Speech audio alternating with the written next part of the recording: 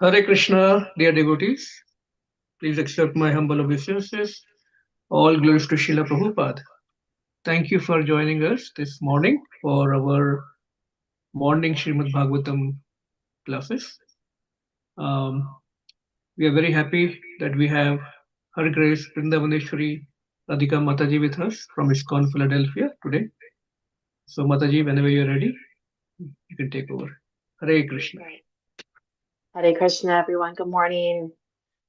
Jaya Radha Madhava Punjabi Hari Jai Gopi Jana Vallabha Giravajari Yashodanandana Vraja Jana Ranjana Jamuna Tira Vanachari Jaya Radha Madhava Punjabi Hari Jai Gopi Jana Vallabha Giravardhari Yashodanandana Vrajajana Ranjana Jamuna Tira Vanachari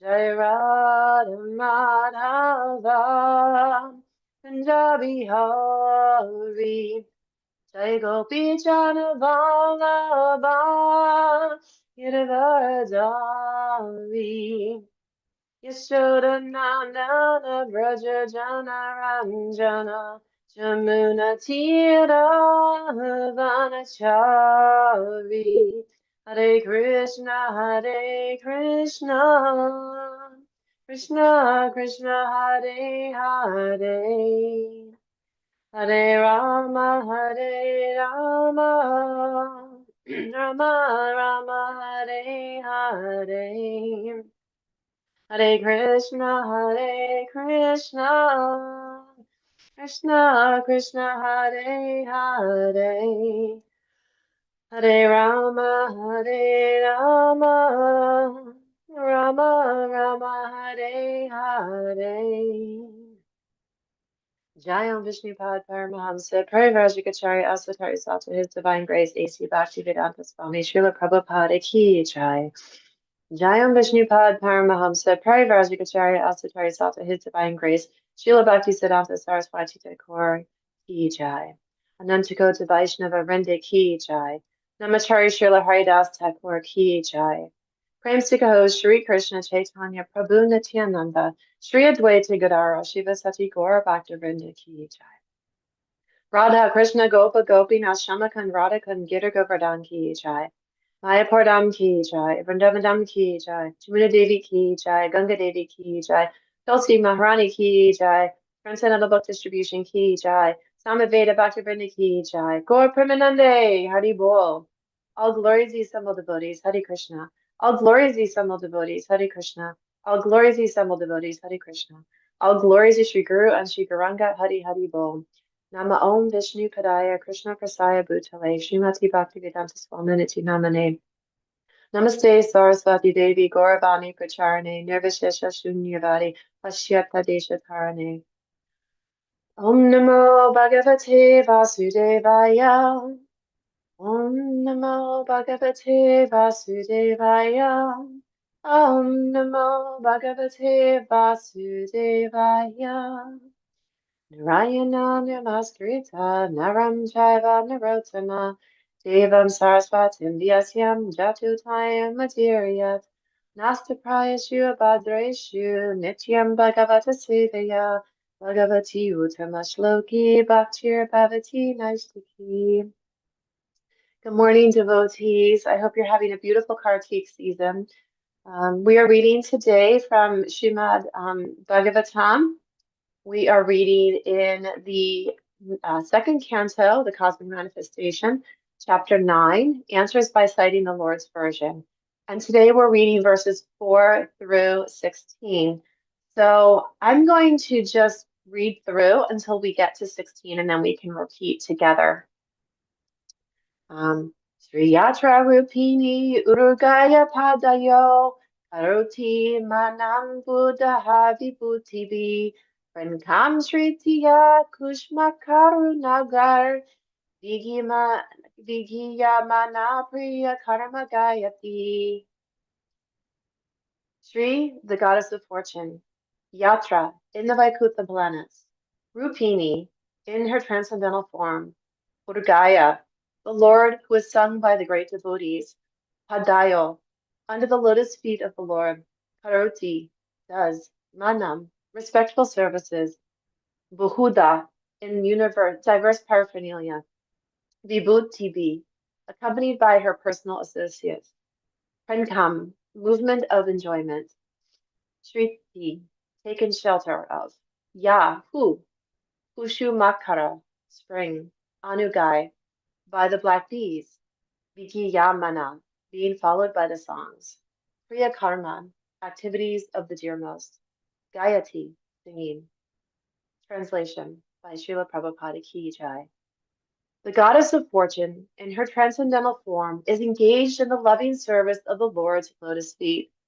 And being moved by the black bees, followers of spring, she is not only engaged in variegated pleasure, services to the Lord, along with her constant companions, but is also engaged in singing the glories of the Lord's activities. Text 15. Sorry, I'm having a sneeze coming on me.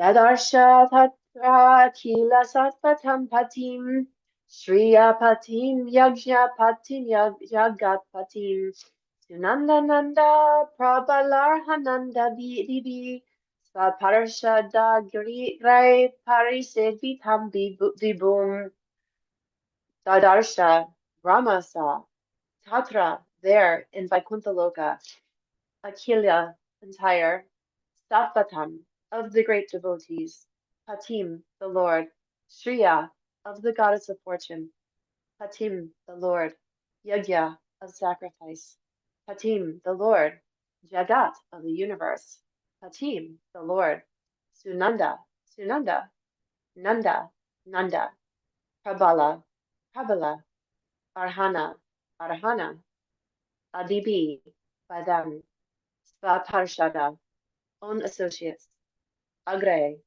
by the foremost, Parisevitam, being served in the transcendental love, Vibhum, the great Almighty. Translation and purport by His Divine Grace, A.C. Bhaktivedanta Swami Srila Prabhupada Ki Jai. Lord Brahma saw in the Vaikuntha planets the personality of Godhead, who was the Lord of the entire devotee community, the Lord of the goddess of fortune, the Lord of all sacrifices, and the Lord of the universe, and who was served by the foremost servitors like Nanda, Sunanda, Prabala, and Arhan, his immediate associates. Purport.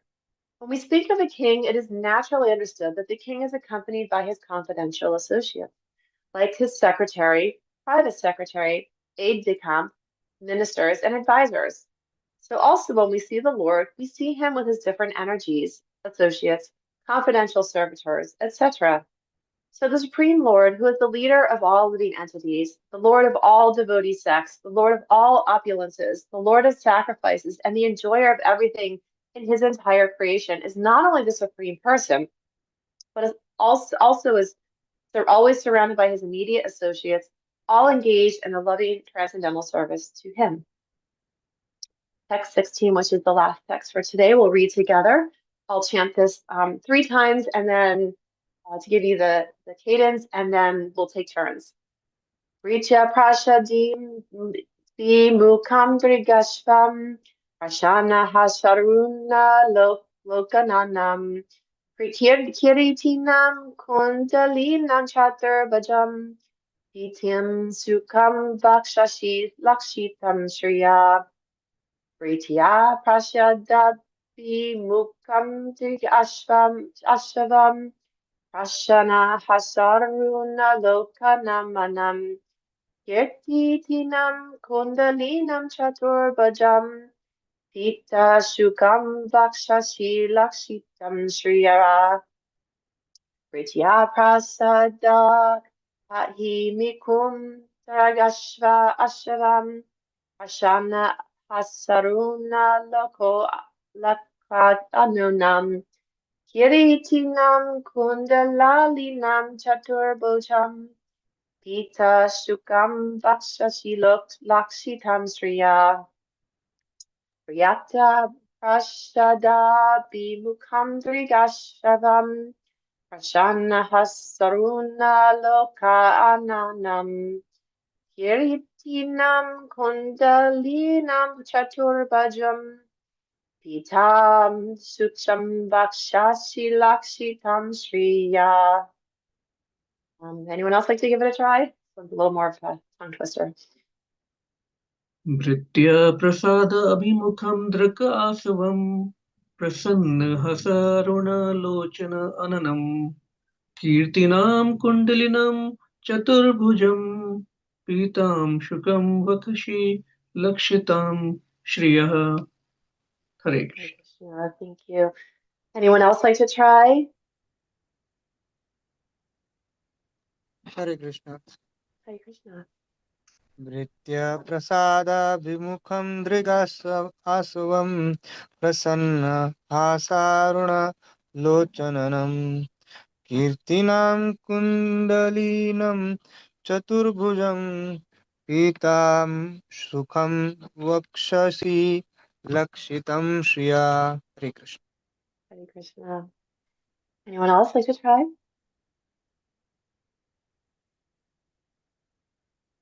Okay, let's go for word. Britya, the servitor. Prashad, affection. Abhimukam, favorable facing. Drik, the very sight. Ashavam, an intoxication. Prashana, very much pleased. Hasa, smile. Aruna, reddish. Lokana, eyes. Ananam, face. Kiritanam, with helmet. Kundalinam, with earrings. Chatu Bujam, with four hands. Pita, yellow. Amshukam, dress. Vakshashi, on the chest. Lakshitam, marked. Shriya, with the goddess of fortune.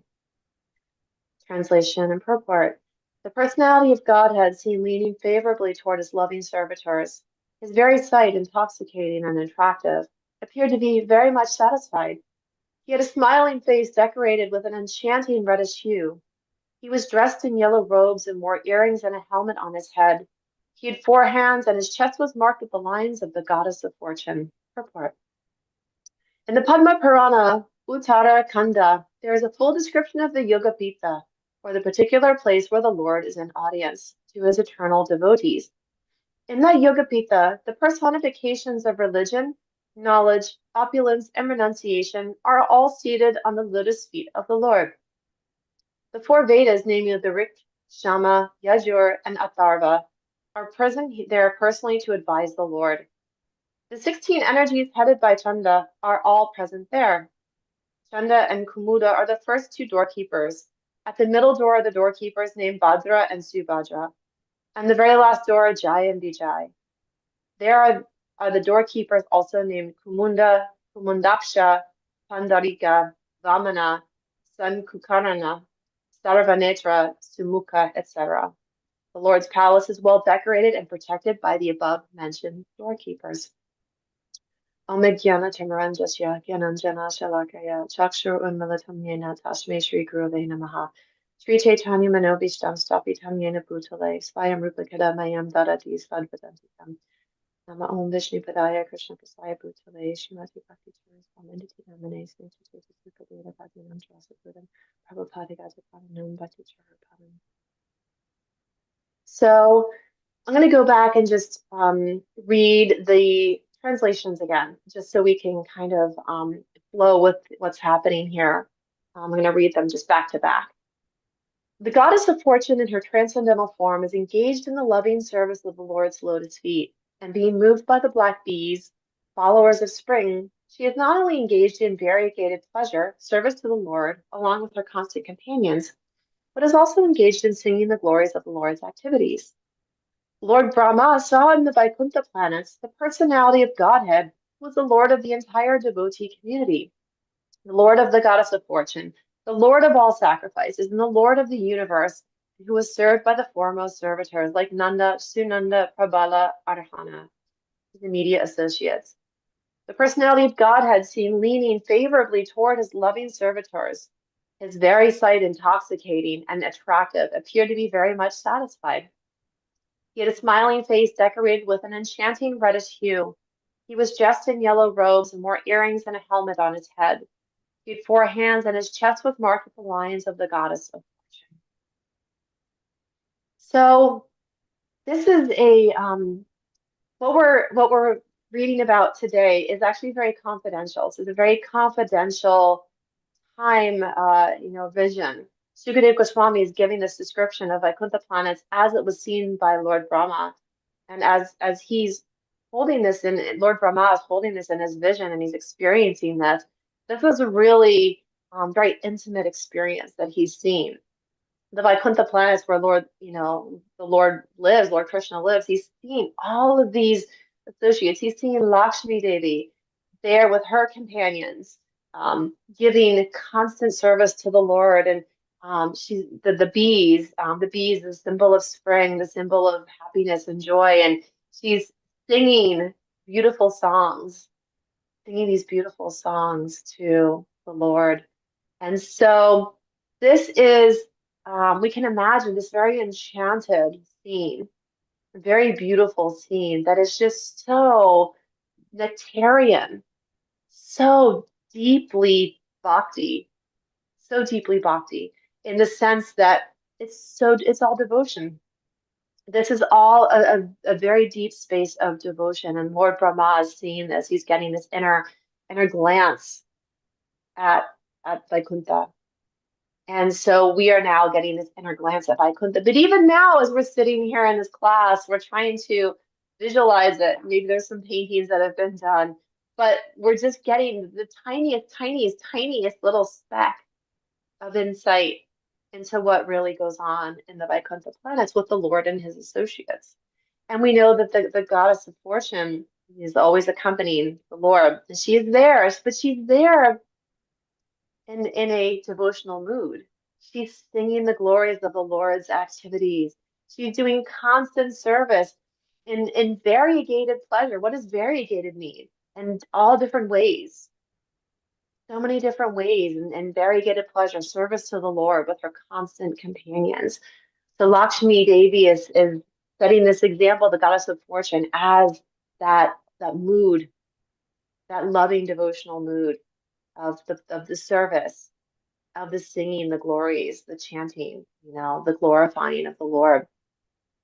And then Lord Brahma is seen next. He's seeing this the Lord with all his devotees all around him. He's seen the goddess of fortune is around him. He's seen the servitors, Nanda, Sunanda, Prabala, Arhana.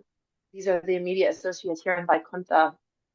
And so Prabhupada's purport is, very simply that we are getting this understanding that the Lord is never alone. Just like a king or a foreign emissary, they have their people, they have their full cabinet that are there in service. And so this is also giving that example of the Lord. The Lord never comes alone. And even when you can think about in all of the different pastimes that we've learned about in, just even with Krishna, with Lord Chaitanya. Lord Chaitanya didn't just come alone. He came with Nityananda. He came, Sridhar. He came with all of those. So he's never alone. Never alone. And so when the Lord is in Vaikuntha, it's to be understood that he's also not alone there. He's in this very, very splendid space. And so some of the things that we can really glean from this, these are the supremacy in all these relationships, but there's also this personal service that we're seeing even in Vaikuntha. So when we, and in a lot of different spiritual paths and different lineages, we might hear about the afterlife. what does the afterlife look like? What does the afterlife look like for uh, someone that is an impersonalist? It's a very voidist experience. They're merging into the Brahmajyoti. There's not any kind of pastime or experience. Um, but devotees are hoping to someday go to be at the lotus feet of the Lord, and that continued service. And so here we are seeing this personal service being played out in a very beautiful way. No one is there trying to experience on their own. No one is there trying to find their own way forward. They're all there purely in the service of the Lord, of Lord Krishna. And so we can understand from that mood that this is how we can approach our devotional life. This is how we can approach bhakti. And so this personal service, of course, we don't have the opportunity to directly serve the Lord the way that Lakshmi, um, the way the way that Nanda, Sunanda, those we don't have that direct association, even on the battlefield, with even though Krishna was acting in a servant's role to Arjuna, he was giving those instructions, but there, the uh, we don't have that direct association. So what we do is we serve the deity, we serve other devotees, we do service in the understanding that we are surrendering everything to the Lord. But here is a very, very beautiful and intimate example of serving the Lord directly. And that's like I said, this is a glimpse into even like the 10th and 11th canto, and I'm gonna give some insight into that in a minute.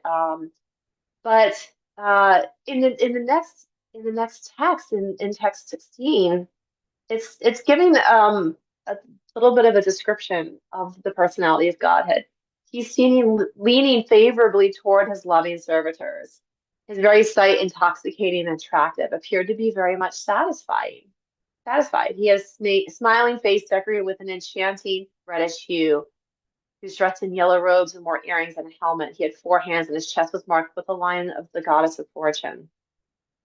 So here in this particular purport, there's a term that is used that is important to draw out, which is yoga pita. And I'm going to get into this a little bit, this yoga pita concept. The yoga pita is the supreme seat of the Lord and his associates. And so we know yoga is a yoga connection or a union, right? We hear yoga is used in so many different ways. Pita is a seat or an altar or a sacred place. So this is the sacred place of the Lord, of the connecting. The yoga is that connection, that relationship, that union with the Lord. So this is this yoga pita, the scene that's being described here is that yoga pita. It is that supreme meeting place, and it's also it's that where you're seeing the Lord with Lakshmi. You're seeing the Lord with his intimate associates. You're seeing the Lord in his forearm form, right? Because we know that this forearm Narayan, because Lakshmi Narayan, we know this forearm form in the Narayan form is not the form that we are typically seeing in the Krishna. So this is in the Vaikuntha, this is the transcendental form. It's not the universal form, right? The universal form is beyond conception. And if you can remember going back to Bhagavad Gita, when Arjuna was asked to get that Divya Chakshu, that spiritual vision, he wanted to see the Lord in his universal form. And in this universal form, when Arjuna was asking for this, what he was seeing was so terrifying. He was seeing the war before him. He was seeing all of his opponents and the other sides. They were the crews were just getting devoured, torn and devoured by the mouth and the teeth of this universal form of the Lord. He was seeing mass destruction and all of these things, be it planets and stars and all these things beyond his conception. And Arjuna was just saying, stop, stop, stop. I've seen enough. This is so overwhelming. I can't take this anymore. Please take me to your more intimate forearm form, to the transcendental forearm form. And so in that forearm form, then he's seeing, the Lord and his associates. And he's like, oh, okay, but I just wanted the form that I'm used to too. You're more the more intimate relationship form. That's is the two-arm form that I'm used to. So we can see these different expressions of the Lord's energies. And in this particular instance, we are discussing the transcendental form, which is the forearm form, which is in that like I said, in that Narayan form, the Lakshmi Narayan. And it's the forearm form that we also represent with the with our Paramatma as well. Um, and so this is that very deep transcendental form. So the this Yoga Pitha is very sacred, and it's where the Lord is with his devotees, and he's in harmony. This is not where demons are coming and disrupting things. This is the Lord's zone completely and utterly. This is for him to experience the pleasures, the pleasures. And it's not just that you can see in this verse, he's being served by servitors, but he's so satisfied. He's leaning into them. He's happy. He's marked with the lines of the goddess of fortune. So he has the markings of, so we do the tilak here, the markings of Vishnu, and he has the markings of Lakshmi on him. So he's wearing that symbol and that devotion toward her as well. Because we know, and this is that intimate pastime that can be very hard to really grasp. We know that the Lord has a deep, deep love of his devotees. So it goes two ways. And this is part of too that when the Lord came as Lord Chaitanya, why did he want to come as Lord Chaitanya? Why did he incarnate in this way? He incarnated as Lord Chaitanya because he wanted to experience the mood of Radharani. He wanted to know what it was like to be in that devotional space and to feel that love, that deep love. So he came in that mood of being a devotee so that he could understand the mood of the devotee. Because as the Lord, he was receiving all of that, but he wanted to be able to give and feel what that felt to be a devotee and give that. So and that is the Lord Chaitanya avatar that we are so our beloved Lord Chaitanya that we are so connected to through our parampara. And so in this understanding of this Yoga Pitha, we can see that this is this sweet balance, the sweetness of all of these things. So what is really happening here? What are we really understanding here? Why are we getting shown this? Why is this being relayed to us by Shukadev Goswami through this telling of Lord Brahma's of his vision of his what he's seen? Why is this important for us? Well, as devotees, isn't it lovely to even just get a glimpse, just the tiniest glimpse into a very intimate pastime? So this is something that we can really relish. It's like, when you have something that you really, really desire and you even just get a little tiny taste of it, you're like, okay, but you want more. So this is this little taste. It just gives us a little bit of a taste of what we can aspire to. A little taste of the Lord's his planetary, his life there in Vaikuntha. Now, it's interesting. I was listening to a lecture the other day by Kesava Swami, and he was talking about the Uddhava Gita in the 11th canto. And Uddhava was sent to go to the gopis and bring a letter from Krishna. And there's a much deeper pastime here, but Krishna wanted to get back to Vrindavan, but he couldn't. So he sends the most sweet devotee, Uddhava, who is willing to deliver this letter. He's very unqualified, but he's willing to do the service for the Lord and take this letter back to the gopis because Krishna was not able to go on his own. And so Uddhava Gita, or Uddhava gets there and he is finds the gopis in Vrindavan. They're all lamenting. They're so sad. And oh, what have you heard of our dearest Krishna? Where is he? Where can he be? Why is he not coming? He's tormenting us. Why is he doing this to us? He's leaving us bereft, so bereft. Um, and Uddhava says, well, I have this letter from the Lord. And they take the letter. They don't read it. They just rub it all over them. They're just rubbing the letter all over them. They're just holding it and smelling it, because they're relishing not the letter, but the smell, the fact that Krishna touched this. This was just a tiny little piece, just one tiny little piece of the energies of the Lord, and they can't get enough. They want more, more, more. And so Uddhava says, "Oh, but I have a message. I have something to bring you. Krishna says, a message, something to teach you." And they said, why is he doing this to us?" And Uddhava said to them, "Well, the Krishna says that he's wanting to increase your desire for him, increase, the feeling of separation, to increase that intensity." And Uddhava goes on to kind of explain the bhakti yoga, and that the sweetness of separation and increasing the intensity, and it increases our thoughts and our loving desire to serve the Lord.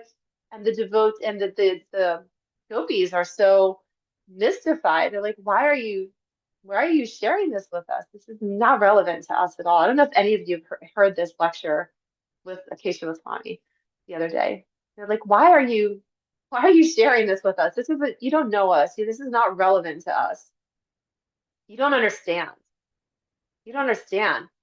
We can't stop thinking about Krishna. We are tormented moment by moment by moment. We are tormented by the thought of him. We can't get him out of our mind.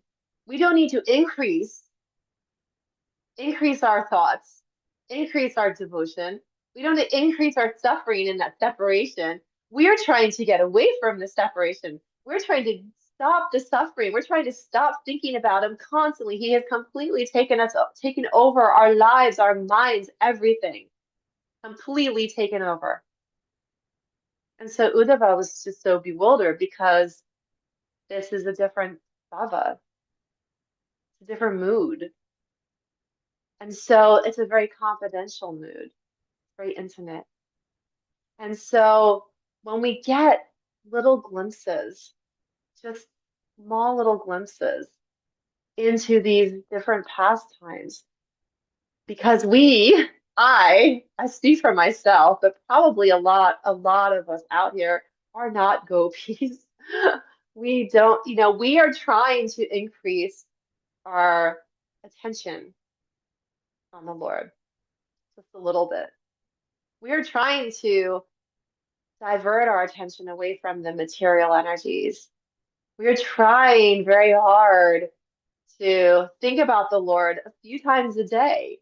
We're trying to just not get distracted while we're chanting our rounds, right? But yet here we have these examples. We have this in the Uddhava Gita with the gopis who were just like, no, we're trying to not be so distracted by our complete and utter love of the Lord. They're sweeping, they're doing things for their husbands, and they're just completely absorbed in thoughts of Krishna. Everything is Krishna. And Uddhava is like, oh wow, this is a very special, mood, very special rasa. And same here when Lord Brahma is witnessing Lakshmi Devi, and she has her bees. Lakshmi Devi's known for the bees. She has her bees around us, and she's singing so beautifully. And she's positioned next to the Lord so sweetly, doing everything to serve him and to glorify him. And it just comes so naturally to her. Everything in Vaikuntha, the devotees in Vaikuntha, they don't have to think about it. They don't have to be like, oh, how can I think of you more, Krishna, because I'm so busy doing this. It's because it's who they are. It is it is who they are. It is their natural, it is their natural being, their natural state. And so in this, we can understand we can't force it, right? All we can do is just continue to surrender to the Lord. If we try and force it, it will not be sincere. It's like trying to force ourselves to be something else, you know. Uh, I give a very mundane example. Uh, I love to speak and learn foreign languages.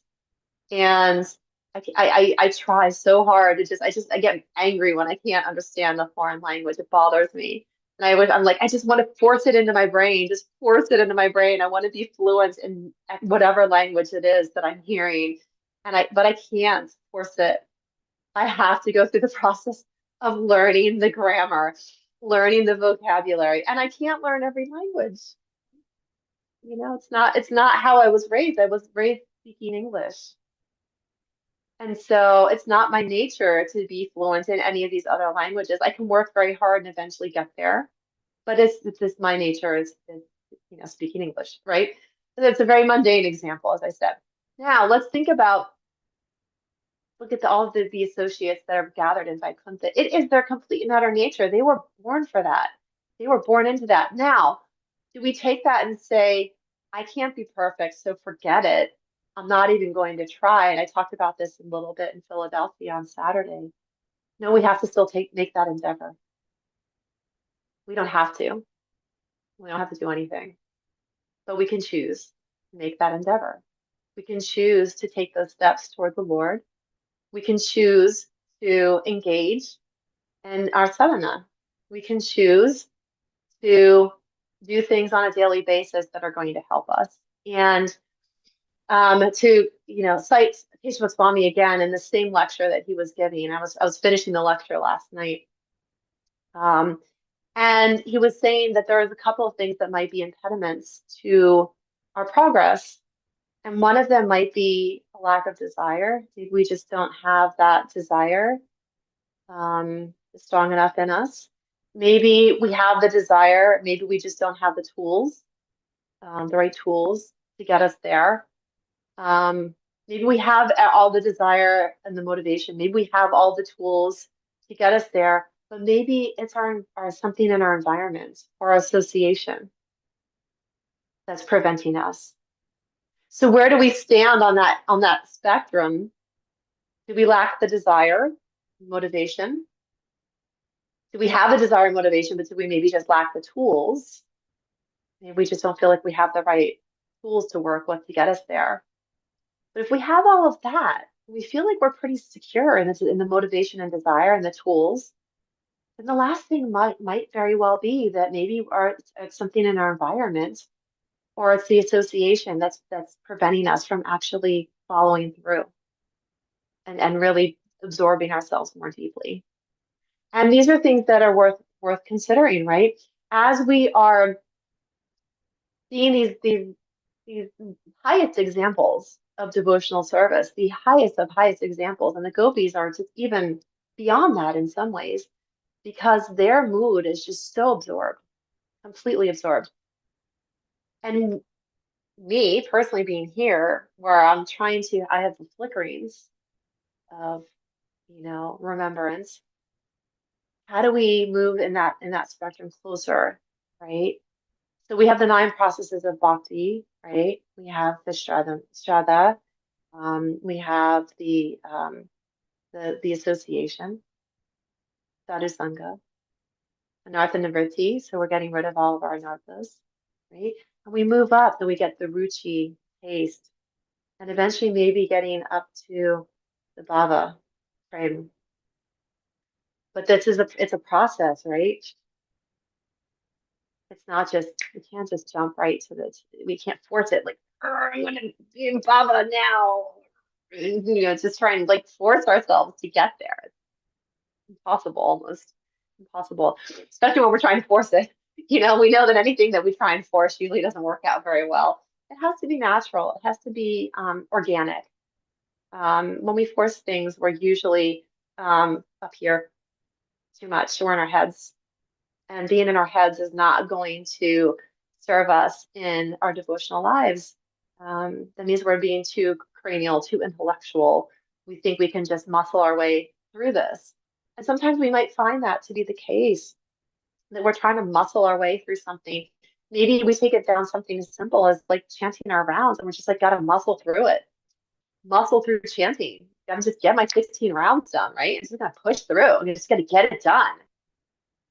And people that are a little bit more type A might just be like, I gotta get this done. I gotta get this checked off. I got my spot cards out. I'm getting this done. I'm gonna push through this, right? I got my 16 rounds done today. And they might also not have the highest quality during that time either. Because if they're just trying to push through and get to the next thing, that's also not going to be beneficial in the long run. So we have these steps, we have these processes, and we have the highest example. And we have that highest example so we can not be envious and not be like, why aren't I there? But so that we can relish that and say, oh, I want to hear more about that.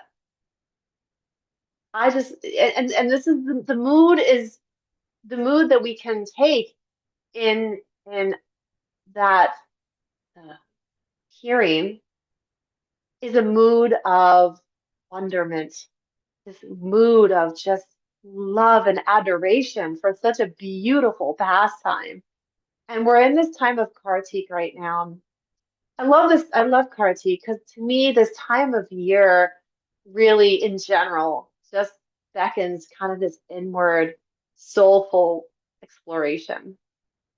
And so Kartik, wrapped in this envelope of Kartik, this time of year, you have that extra the extra added benefit, the extra auspiciousness that goes along when you're doing that devotional work, when you're doing the devotional activities.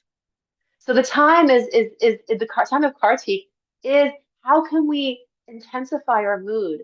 And it's the mood of how can we intensify our desire to want to hear about these glorious pastimes? How can we intensify that and want to hear about these glorious pastimes?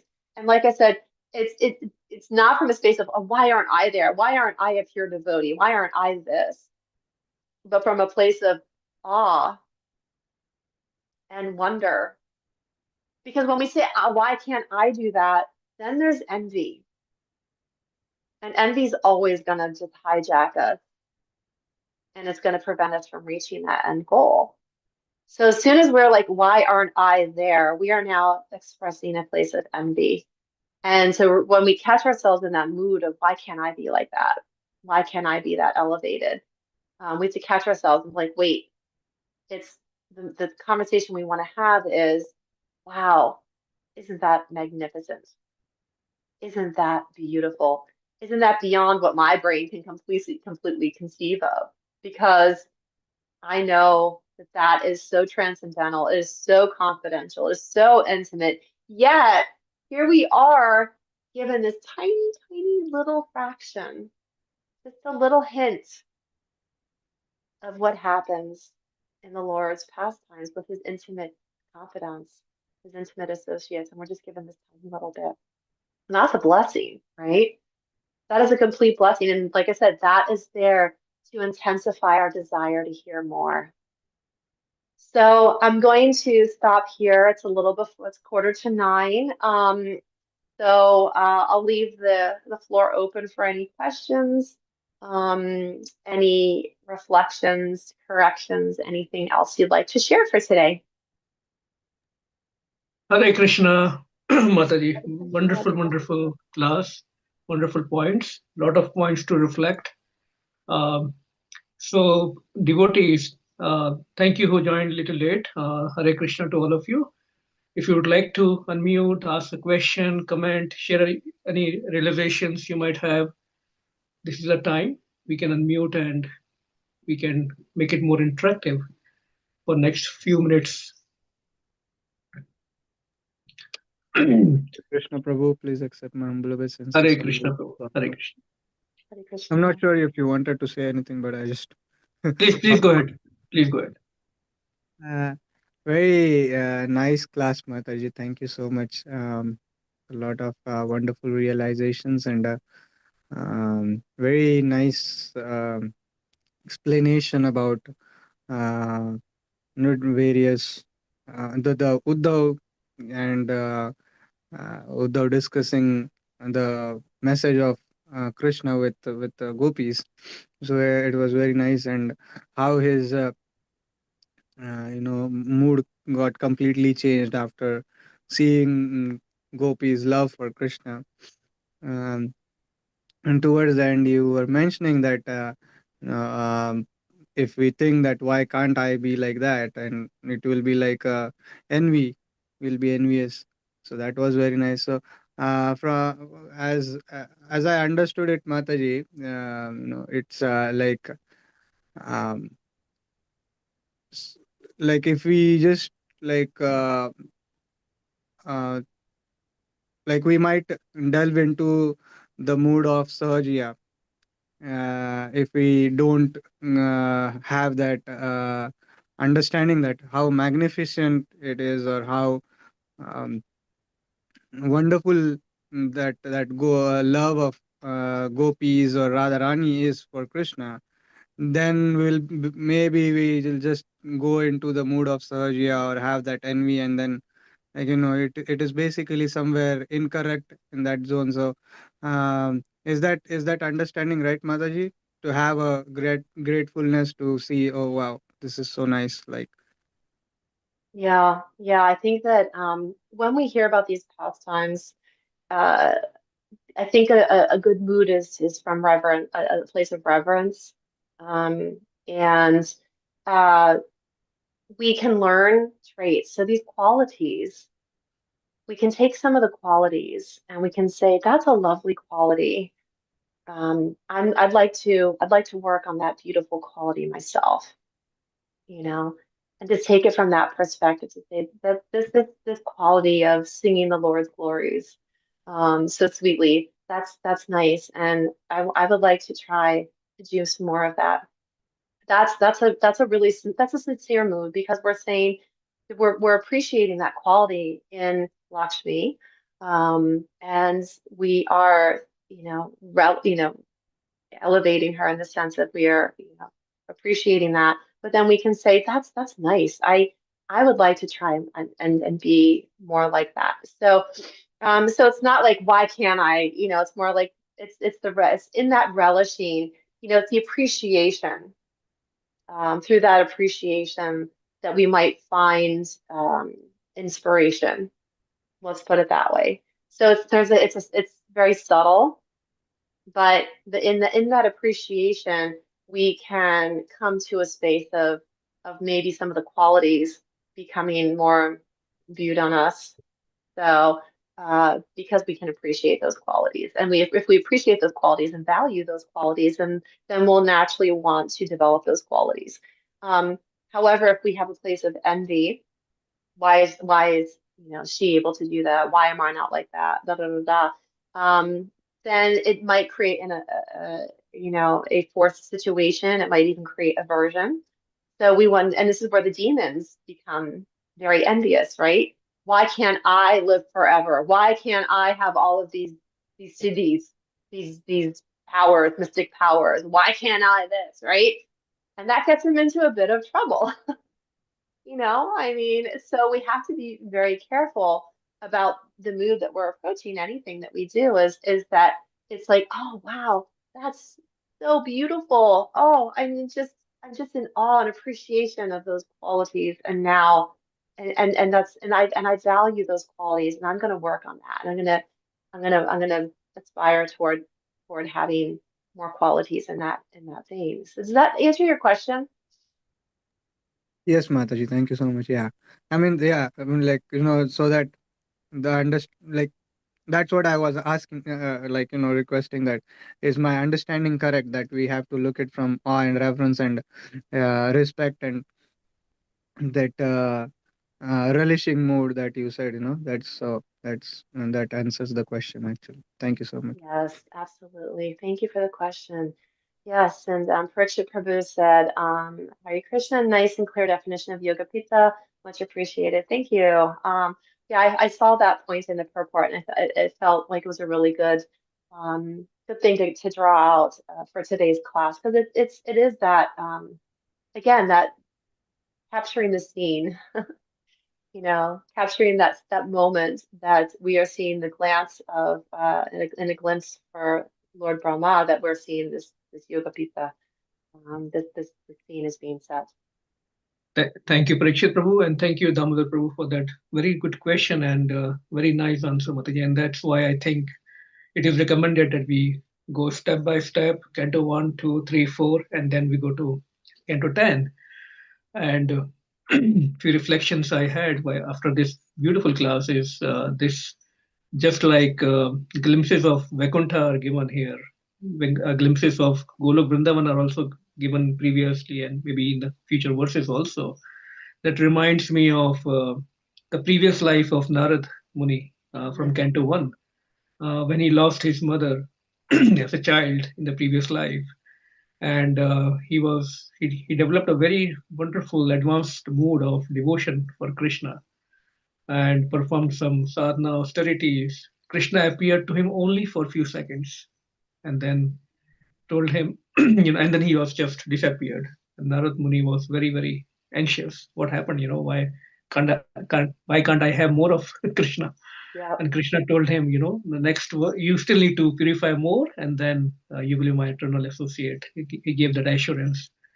So I was thinking that I think we are as in the followers of Srila Prabhupada, we are probably more fortunate than Narad Muni that we are able to get these glimpses by hearing these Krishna's qualities, pastimes, and his abodes without having to perform all those austerities Narad Muni had to go through.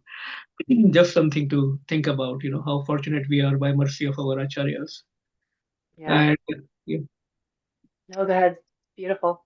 yeah. And those 4 points, Mataji, I really liked towards the end that you mentioned.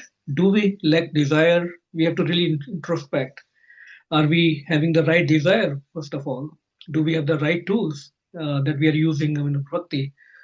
As an IT person in computers, I thought, there are so many tools available to perform our job on the internet. It looks very fancy, but some of them comes with virus installed, virus embedded. So Right. are we using the right tools or not? Do we have the right environment? Am I the cause of making the environment, negative, or somebody else? I'm, is making the environment negative, and I'm trapped in that environment. Do I have the right association? Because I thought these 4 points are so important: desire, tools, environment, association. That if I don't work on these to make favorable to devotion, I think I will be stuck wherever I am, even after 15, 20 years of my devotional life. So, and like you mentioned, Karthik is very good time to take a step back, introspect on all these points, and intensify our devotional service and mood. It's just not about quantity that we have to increase our quantity, but quality of our mood, chanting, association, everything. So wonderful points. Thank you, Mataji. I don't know, Mataji, how much time you have. I know you probably leave around 9 o'clock. That's okay. Today I'm a little more flexible, but yes, if there's any other more questions or discussion, I'm available for another few Okay, minutes. okay. So anyone who still have any comments, any question? We have a few more minutes before we wind up. Okay. If not, thank you so much, Mataji, for your this wonderful class and covering all the three verses.